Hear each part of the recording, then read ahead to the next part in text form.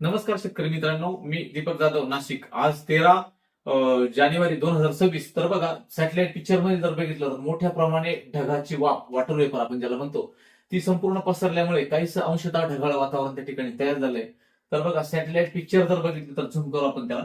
तर ह्या ठिकाणी गुजरात आणि महाराष्ट्राच्या बॉर्डरला नवापूर, धुळे या परिसरामध्ये उत्तर महाराष्ट्राचा जो नाशिकचा उत्तर भाग आहे, या ठिकाणी मोठ्या प्रमाणामध्ये ढगांची जमाव त्या ठिकाणी दिसतोय सॅटेलाइट पिक्चर मध्ये. बाकी अन्य महाराष्ट्रामध्ये कुठेही शक्यता नाहीये, परंतु नाशिक पासून सरळ पुण्याकडे असा एक पट्टा त्या ठिकाणी ढगांचा दिसतो.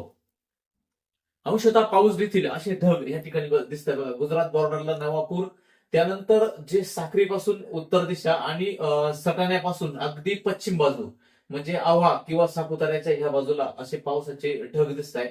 जास्तच ढग याचं असं असतं की ज्या भागामध्ये डोंगर रांगा असतात त्या ठिकाणी अवकाळी ओळीव पावसाची शक्यता ही बनत असते.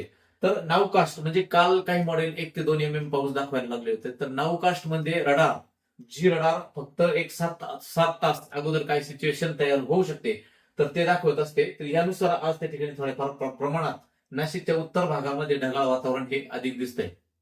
बघा, अशा प्रमाणामध्ये तुम्ही जर बघितली सध्याची सॅटेलाइट पिक्चर, तर ह्या प्रमाणात ह्या गुजरात साईडने आणि महाराष्ट्राच्या नाशिक जिल्ह्याच्या उत्तर बाजूला ढगांचा पट्टा दिसतो. तो सरळ खाली पुण्यावरून सातारा, कोल्हापूर वगैरे महाबळेश्वर करून असा पसरलेला दिसतो.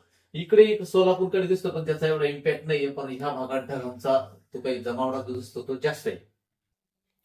तर बघा मित्रांनो की ढगांची जर दायरा जर बघितला बघा, मालेगावच्या ह्या बाजूला आणि ह्या ठिकाणी मोठ्या प्रमाणामध्ये ढगांचा दायरा आपल्याला दिसून येत आहे.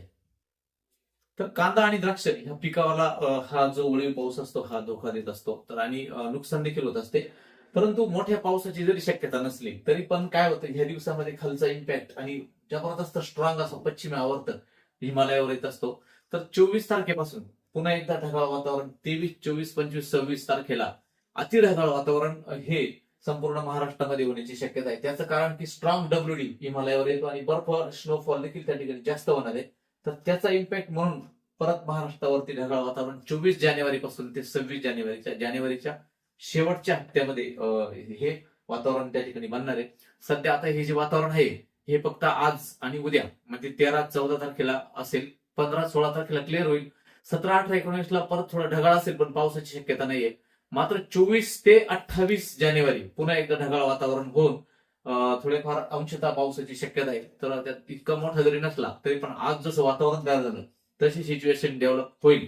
तर आज रडारमध्ये जर तुम्ही बघितलं तर आज नाशिक जिल्ह्याच्या उत्तर भागामध्ये जास्तच ढगाळ वातावरण तयार झालंय. तर काही ठिकाणी अंशतः 0.5 ते 1 mm पाऊस त्या भागात होऊ शकतो. अन्यथा आजचा दिवस टळला तर आज उद्यापासून त्या ठिकाणी आपल्याकडे पाऊस नाहीये, फक्त ढगाळच वातावरण राहील. आणि परत 24 तारखेपर्यंत कुठल्याही पावसाची शक्यता नाही. फक्त आजचाच दिवस थोडीफार इंटेन्सिटी ही मॉडेलमध्ये दिसते. हा अंदाज सगळ्यांनी लक्षात घ्यायचा आहे. त्यानुसार कामाचं नियोजन तुमचे द्राक्ष बाग असतील, कांदा पीक असतील किंवा भट्टीवाले अनेक शेतकरी असतील, त्यांनी पावसामुळे ज्याच्यावर इम्पॅक्ट होतो त्या लोकांच्या करता हा अंदाज त्या ठिकाणी मी दिलाय. तर या अंदाजानुसार त्या ठिकाणी काम करायचंय. तर जानेवारी महिन्यात फक्त 24 पासून वातावरण हे अति खराब होते, लक्षात घ्या. आणि आज फक्त आजचा दिवस टळला तर मग पाऊस नाहीये, लक्षात घ्या. म्हणजे 24 तारखेपर्यंत पाऊस नाहीये. तर आज 0.5 to 1 मिलीमीटर पाऊस काही ठिकाणी दाखवतोय. तर तो खूप मोठ्या याच्यात नसेल. आज जर महाराष्ट्राचा मॅप बघितला तर महाराष्ट्रात कुठेही शक्यता नाही, फक्त उत्तर महाराष्ट्राच्या भागामध्ये आणि सरळ पुण्यापासून खाली जो पट्टा दिसतो साताऱ्यापर्यंत त्याच भागात फक्त थोडीफार शक्यता दिसते. हा अंदाज सगळ्यांनी लक्षात घ्या.